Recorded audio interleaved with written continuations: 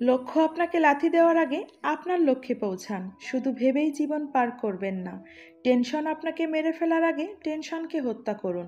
অযথা টেনশন থেকে দূরে থাকুন। সবসময় পজিটিভ চিন্তা ভাবনা করবেন। জীবন আপনাকে ছেড়ে যাওয়ার আগে সুন্দর মতন জীবন যাপন করুন। বাঁচার মতন বাঁচুন। আসসালামু আলাইকুম, আমি রিমা যশোর থেকে বলছি। বাংলাদেশি ব্লগার মাম রিমা চ্যানেলে আপনাদের সবাইকে ওয়েলকাম। কাছে কিংবা দূরে যে যেখান থেকে ব্লগটি দেখছেন, আশা করছি আল্লাহর রহমতেই সবাই সুস্থ ও নিরাপদ আছেন। আলহামদুলিল্লাহ, আমরাও ভালো আছি। আলহামদুলিল্লাহ, আমরা ভালো আছি। ভালো আছি এই যে ছোট্ট শব্দটা এখন বলতে গেলে না নিজেই নিজের বিবেকের কাছে প্রশ্ন করছি, আমরা কে কতটুকু ভালো আছি? হয়তো আমরা শারীরিক দিক থেকে অনেকেই ভালো আছি, কিন্তু মনের দিক থেকে আমরা কেউ ভালো নেই। আমার জ্ঞানের পরিসীমা খুবই ক্ষুদ্র। কোনটা সঠিক কোনটা ভুল, কি বলবো না বলবো, মাঝে মধ্যে না দম বন্ধ হয়ে যাচ্ছে। বুকের ভিতরটা এত পরিমাণে ভারী হয়ে রয়েছে, মনে হচ্ছে চিৎকার করে যদি সব কিছু বলতে পারতাম তাহলে হয়তো বুকটা একটু হালকা হতো। আমি হয়তো সব কিছু ভুলে যাব, কিন্তু উপরে একজন আছেন, তিনি কিছুই ভোলেন না। এটা অভিশাপ নয়, এটা সরল অঙ্ক, সোজা সাপটা হিসাব। তো অনেক কথাই আপনাদের সাথে বললাম, সেই সাথে তো সংসারের কাজও শুরু করেছি।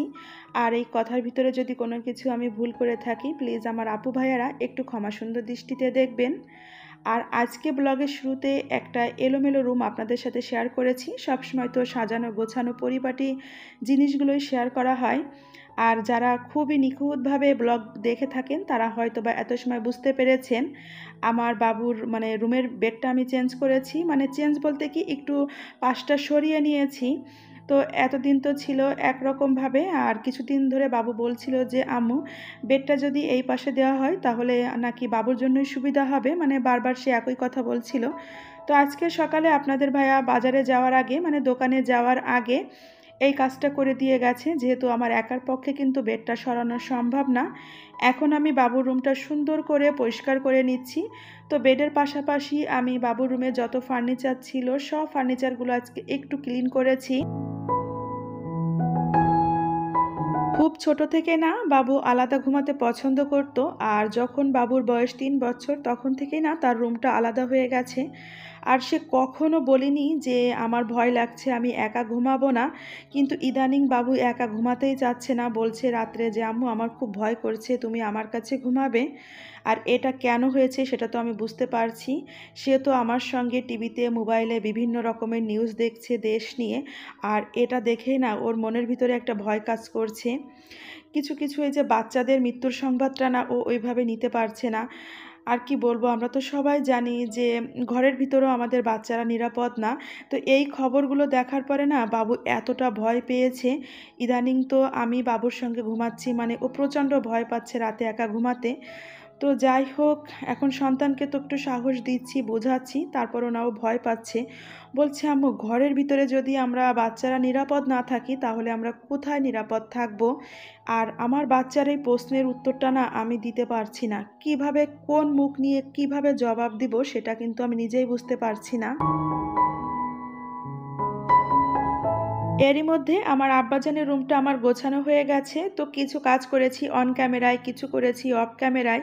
সব কাজ যদি ক্যামেরা অন করে করতাম তাহলে অনেকটা সময় লাগতো এবং ব্লগটা অনেক বড় হয়ে যেত। তো সব কিছু গুছিয়ে নেওয়ার পরে আমার আব্বাজানের রুমটা আপনাদের সাথে একটু শেয়ার করছি। বেডটা তো ছিল আগে জানালার ওই দিকে, আর এখন তো একটু পাশটা ঘুরিয়ে দিয়েছি। তো ঘোরানোর পরে মনে হচ্ছে যে এইভাবেই বেশি ভালো লাগছে। তো কেমন লাগছে আপনারা একটু কমেন্টসে জানাবেন আমার আব্বাজানের রুমটা গোছানোটা কেমন হয়েছে। আর গতকালকে বিকালে আমি ওয়াশিং মেশিন, ওভেন, তারপরে ডিপ ফ্রিজের উপরে ছোট ছোট এই যে কাপড়গুলো দিয়ে রাখি, এগুলো সব কিছু ওয়াশিং মেশিনেই পরিষ্কার করেছিলাম। তারপরে সারা রাত বেলকনিতে ছিল, তো কাপড়গুলো শুকিয়ে গেছে, এখন আবার জায়গা মতন রেখে দিচ্ছি। আর আমি না প্রতিদিন কিছু কাজ একটু রুটিন মাফিক করার চেষ্টা করি। আগামীকাল আমি যে কাজটা করব সেটা দেখা যাচ্ছে আমি আজকে চিন্তা করে রাখি যে কালকে আমি এই কাজগুলো করব।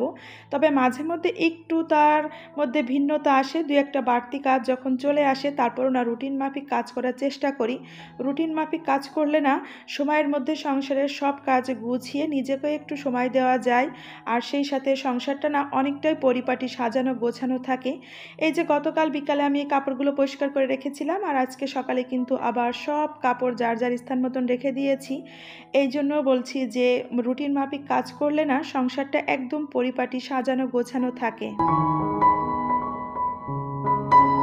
আজকে সকালে ঘুম থেকে ওঠার পর থেকে এত পরিমাণে কাজ করেছি, তবে সকালের নাস্তাগুলো তো সব কিছু অফ ক্যামেরায় করেছি, ওইভাবে তো আর সব কাজ আপনাদের সাথে শেয়ার করা হয়নি।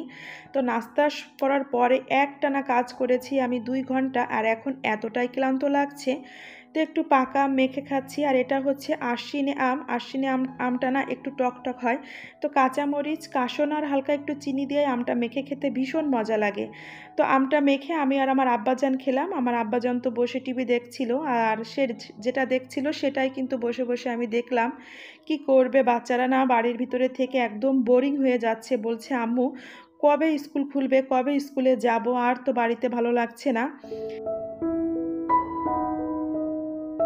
তো আমার আব্বাজানের কথাগুলো শোনার পরে তাকে আমি একটা কথাই বললাম যে সব কথা আল্লাহর কাছে বলো, তাছাড়া আমাদের কিন্তু আর কোনো উপায় নেই। তো মা ছেলে আম খাওয়ার পরে দেখলাম হাতে এখনও অনেকটা সময় রয়েছে দুপুরে রান্নার আগে। তো চিকেনগুলো এখন মেখে নিচ্ছি। সকালে যখন আমি কাজ করছিলাম তখন ফ্রিজ থেকে বের করে রেখেছিলাম। তারপরে তো নর্মাল হয়ে যাওয়ার পরে কাজের ফাঁকে আবার এসে একটু লেবুর রস দিয়ে আমি 1 ঘন্টা মেখে রেখেছিলাম। তারপর হালকা একটু কুসুম গরম পানি দিয়ে আমি চিকেনের টুকরোগুলো সুন্দর করে পরিষ্কার করে নিয়েছি, আর এখন এই যে সব মশলা দিয়ে মেখে নিচ্ছি। আমার বাড়িতে যদি এভাবে একটু চিকেন ফ্রাই করার জন্য যদি রেডি করা না থাকে, তাহলে মনে হয় আমার আব্বাজান দুঃখের সাগরে হাবুডুবু খাচ্ছে। আসলে সব বাচ্চারা না চিকেন ফ্রাই এত পরিমাণে পছন্দ করে কি বলবো। আর আমি বাড়িতে থাকা সব মশলা দিয়ে কিন্তু এভাবে চিকেন ফ্রাই করে থাকি, আর খেতে যে এত মজা হয়। তো এখানে আমি আদা, রসুন, শুকনো মরিচ বাটা দিয়েছি, তার সাথে জিরা গুঁড়া, ধনিয়া গুঁড়া, লবণ, আর দিয়েছি সয়া সস। লেবুর রস দিয়ে যেহেতু আমি মেখে রেখেছিলাম, এই জন্য আর লেবুর রসটা দিইনি। 1 ঘন্টা লেবুর রস দিয়ে মাখা ছিল, তো ভিতরে না খুব সুন্দর একটা লেবুর ফ্লেভার ঢুকে গেছে, এজন্য আজকে আর লেবুর রস দিলাম না। তো এই যে এই সাধারণ মশলাগুলো দিয়েই কিন্তু আমি চিকেন ফ্রাই করে থাকি। তো এটা খেতে না ভীষণ ভীষণ মজা হয়। যদি আপনাদেরকে খাওয়াতে পারতাম তাহলে আপনারা বুঝতে পারতেন। তো যাই হোক, এই যে আমি এখন আজকে কিছু ফ্রাই করব সন্ধ্যার দিকে, তো সেগুলো এই বাটিতে রেখে দিচ্ছি, আর সাদা বাটিতে রেখে দিচ্ছি, এটা আমি ফ্রিজে রাখবো।